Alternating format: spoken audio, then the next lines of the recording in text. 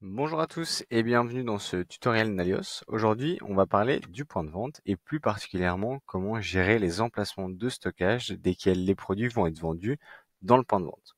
Donc, qui est assez simple, imaginons on a un point de vente qui est un magasin. J'ai un seul emplacement de stockage qui est warehouse, donc WH/stock, qui est l'emplacement général de Handoo. Et c'est de là que sont retirés les produits lorsque je confirme une vente dans mon point de vente. Jusque-là, assez simple. Moi, en fait, j'ai un cas un peu plus compliqué dans lequel j'ai décidé de faire de la vente ambulante. Donc ici, j'ai mon magasin, j'ai un camion qui est un point de vente duquel je peux vendre également des produits et ça fonctionne bien. Donc je vais en ouvrir un deuxième et je vais vous montrer du coup comment avec mon deuxième camion, je peux retirer les produits de l'emplacement de stockage de mon camion et non de mon magasin général. Donc la première chose à faire, en fait, c'est de créer mon nouvel emplacement de stock, qui sera mon camion numéro 2. Pour ce faire, il faut aller dans Inventaire.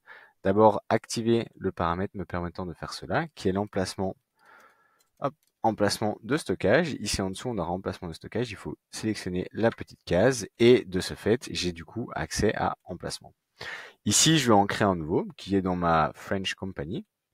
Je vais du coup dire pour la French Company, j'ai mon camion numéro 2. Hop, voilà. Donc, je vais définir que j'ai bien des produits dans cet emplacement. Hop, donc là, j'ai mon camion et je vais créer mon nouveau point de vente. Donc maintenant, je vais aller dans point de vente, configuration, paramètres.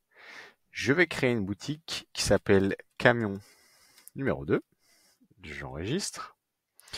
Et en fait, là, je vais enregistrer dans un premier temps. Si je descends, je vois que en termes de logistique et de stock, j'ai le paramètre ici, type d'opération, qui me dit qui va être le type d'opération utilisé lorsque je valide une commande pour déduire les produits du stock. Et on voit que par défaut, c'est FR Company commande du point de vente. Or, si on regarde un peu les différents champs qui nous intéressent dans ce type d'opération, on voit que du coup, tout vient de l'emplacement d'origine French Company slash stock, qui est l'emplacement général de mon magasin. Moi, j'ai besoin de définir que ça va être mon camion. Donc, ce que je vais faire tout simplement pour la vidéo, je vais dupliquer ce type d'opération-ci, et je vais dire que voilà, ici, c'est les commandes du camion numéro 2. Hop. Et je vais définir du coup que ça va venir de camion numéro 2. De ce fait, ici j'ai créé un nouveau type d'opération qui va faire en sorte que les produits vont sortir du camion numéro 2. Je retourne dans mes paramètres et je vais sélectionner du coup le bon type d'opération. Là je l'ai créé, mais à moi de le sélectionner correctement maintenant. Et je vais dire du coup, faites bien attention à ça.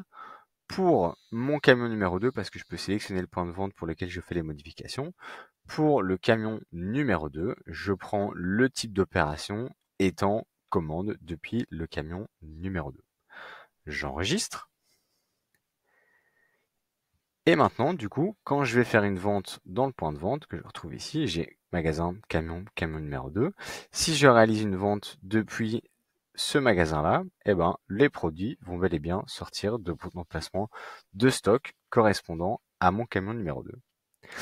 Voilà, je vous laisse paramétrer tout ça si cela vous intéresse et commenter cette vidéo. Sachez également que là, j'ai pris l'exemple d'un camion comme étant un autre emplacement de stock.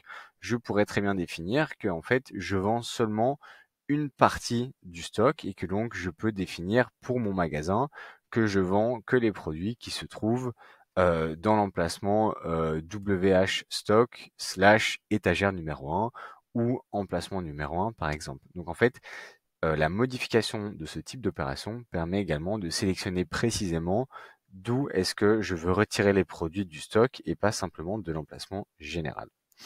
Voilà, c'est tout pour moi. J'espère que c'est clair pour vous. Comme je vous l'ai dit, si vous avez la moindre question, n'hésitez pas à la poser en commentaire. On se fera un plaisir d'y répondre. Et quant à moi, je vous dis à bientôt dans une prochaine vidéo.